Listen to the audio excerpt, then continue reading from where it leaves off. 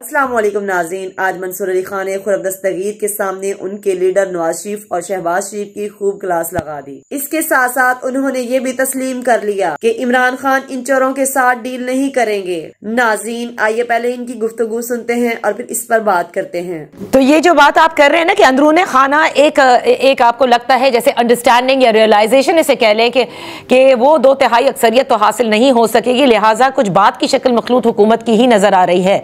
इन जमातों को तभी शायद ये एक दूसरे से मिलती हुई नजर आ रही हैं। मंसूर, आप इसको इस तरह से देखते हैं या आप समझते हैं कि एक तो ये बात पहले ही तय थी कि मखलूत हुकूमत बनाई जाएगी, आपके सबके शेयर्स बांट दिए गए हैं, या फिर आप ये समझते हैं कि तहरीके इंसाफ की जो भी शक्ल इस वक्त मौजूद है वो रहे, लेकिन उसका वोट बैंक इतना ज्यादा है कि उसको अब बीट करना जरा मुश्किल नजर आता है इन जमातों का, लिहाजा वो इत्तेहादी में जाना पसंद करेंगी। जहां तक पंजाब का ताल्लुक है, पंजाब के अंदर मैं जो फोर्सी कर रहा हूँ सूबाई सतह के अंदर कम से कम, वहां पे मुझे Muslim League Nawaz, IPP, PMLQ and plus independents, ये चार मुझे लोग जो है वो पार्टनर्स मुझे कल को नजर आते हैं। बिफोर इलेक्शंस आपस में एक दूसरे के खिलाफ बयानबाजी जरूर होगी, लेकिन मेरे पास जो सोर्सेज खबर दे रहे हैं वो ये है कि ये चार पार्टनर्स आपस में कोऑर्डिनेट करके अगली हुकूमत बनाएंगे।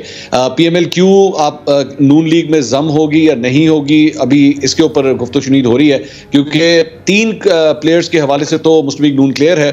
चौधरी शुजात के 2 बेटे और तारिक बशीर चीमा, इनके हवाले से तो क्लियर है, लेकिन चौधरी सरवर के हवाले से नून लीग को थोड़ी सी रिजर्वेशंस हैं। क्योंकि चौधरी सरवर माजी में भी नून लीग में रह चुके हैं, तो वो एक स्टिकिंग पॉइंट है दोनों के दरमियान जो प्रॉब्लमैटिक बन सकता है।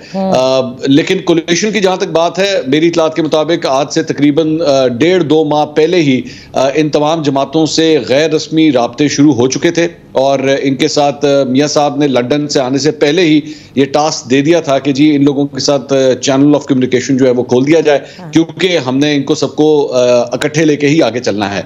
अब मेरे पास ये खबर भी है कि इवन MQM और JUIFA का सिंध के हवाले से और खासतौर पे इंटीरियर सिंध के हवाले से भी इस वक्त बैकडोर राब्ते आपस में चल रहे हैं, तो एक कोऑर्डिनेशन वहां पे भी आपस में बन सकता है। अच्छा, लेकिन मंसूर, इतनी कोऑर्डिनेशन की क्या जरूरत है? क्या वाकई पॉलिटिकल कैपिटल इतना लूज कर दिया है नून लीग ने, या तहरीके इंसाफ का इस वक्त बहुत ज्यादा जोर पकड़ गया, स्पेशली जब से उनके चेयरमैन जो हैं वो जेल चले गए और फिर जो कुछ भी पार्टी के साथ हुआ? There is no doubt about that कि इमरान खान या पाकिस्तान तहरीके इंसाफ को काउंटर करने के लिए आपको एक बड़ी ब्रॉड बेस्ड किस्म की कोलिशन चाहिए होगी।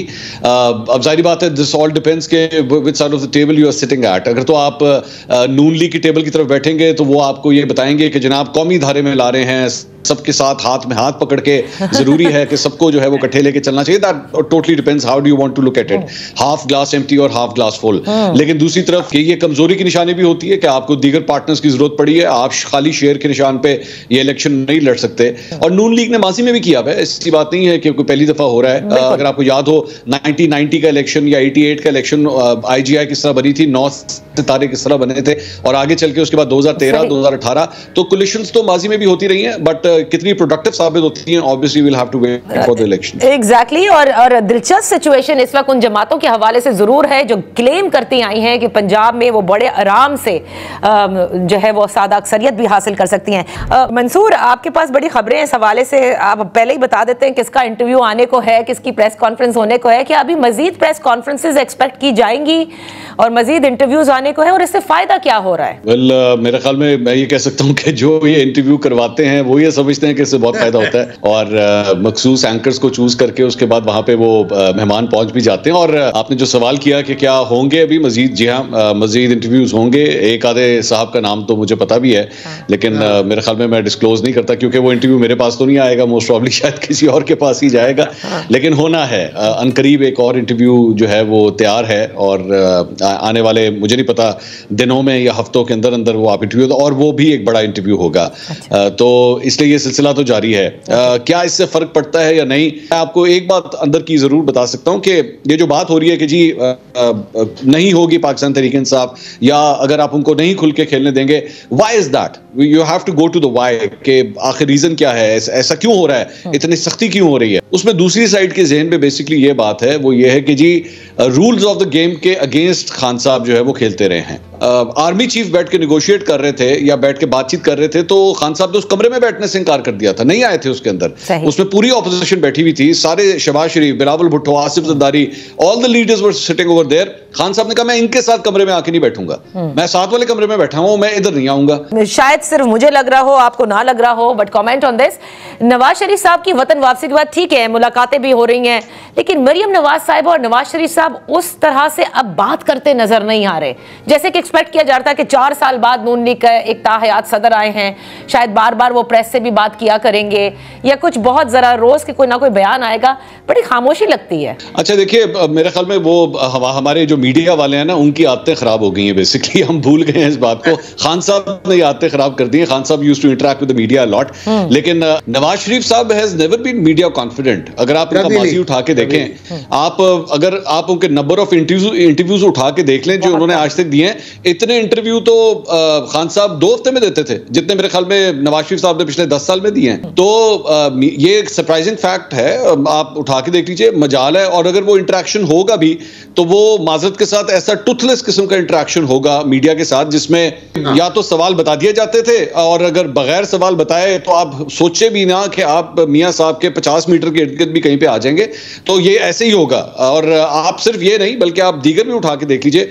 मैं तो समझता हूं उनके भाई जो है उनसे बहुत बेहतर मीडिया इंटरेक्शन करते रहे, इवन वो भी बड़ी फ्लॉड है मेरे ख्याल में। मैं तो समझता हूं पाकिस्तान में सबसे बोरिंग अगर कोई प्रेस कॉन्फ्रेंस करता है तो वो शहबाज शरीफ साहब करते हैं। उनके पास पूरी सलाहियत है कि वो आपको प्रेस कॉन्फ्रेंस के दौरान सुला सकते हैं, और मेरे ख्याल में अगर आप 15-20 मिनट से ज्यादा आप लगा दें तो आपकी हिम्मत को सलाम है कि आप उनकी बात को गौर से सुन लें। नाज़रीन, आप अंदाजा लगाएं कि जो इंसान मीडिया के सामने बैठने से डरता है और कहता है कि सवाल दिखाओ, मैं उसके मुताबिक जवाब दे सकूं, ऐसे इंसान की क्या हैसियत होगी। ऐसे लोग जो सवाल का जवाब ही ना दे सके और उनके पसीने छूट जाएं, क्या वो पाकिस्तान के वजीर आज़म बनने के अहल हो सकते हैं? और अगर ऐसा शख्स 3 मरतबा वजीर आज़म बन चुका हो तो इसका मतलब हरगिज नहीं कि अवाम दोबारा बेवकूफ बने और इन्हें दोबारा इस मुल्क पर मुसल्लत कर दे। नाज़रीन, तारीख गवाह है कि नवाज शरीफ और शहबाज शरीफ इंतहाई नाअहल वजीर आज़म साबित हुए हैं। अगर एक मैट्रिक पास इंसान को इंटरव्यू के लिए बैठा दिया जाए तो वो भी इनसे बेहतर ही परफॉर्म करेगा, लेकिन नवाज शरीफ और शहबाज शरीफ हमेशा प्लांटेड इंटरव्यू देते हैं। प्रोग्राम के होस्ट को सवालात की एक लिस्ट दी जाती है, अगर होस्ट उसके आगे पीछे भी सवाल कर लेता है तो उसके लिए मुश्किलात खड़ी कर दी जाती है। नाज़रीन, दूसरी तरफ इमरान खान है जो बगैर लिस्ट देखे पूरे कॉन्फिडेंस के साथ इंटरव्यूज देते हैं, बल्कि अमेरिका के सदर भी उनके सामने कंफ्यूज होते हैं। नाज़रीन, इस बात की दलील है कि पाकिस्तान के वजीर आज़म सिर्फ और सिर्फ इमरान खान को होना चाहिए, क्योंकि इमरान खान ही ऐसे लीडर हैं जो पाकिस्तानी कौम का सर फख्र से बुलंद कर सकते हैं। नाज़रीन, इस हवाले से आपकी क्या राय है? अपनी राय का इजहार कमेंट बॉक्स में करें। मिलते हैं अगली वीडियो में, तब तक के लिए अल्लाह हाफिज।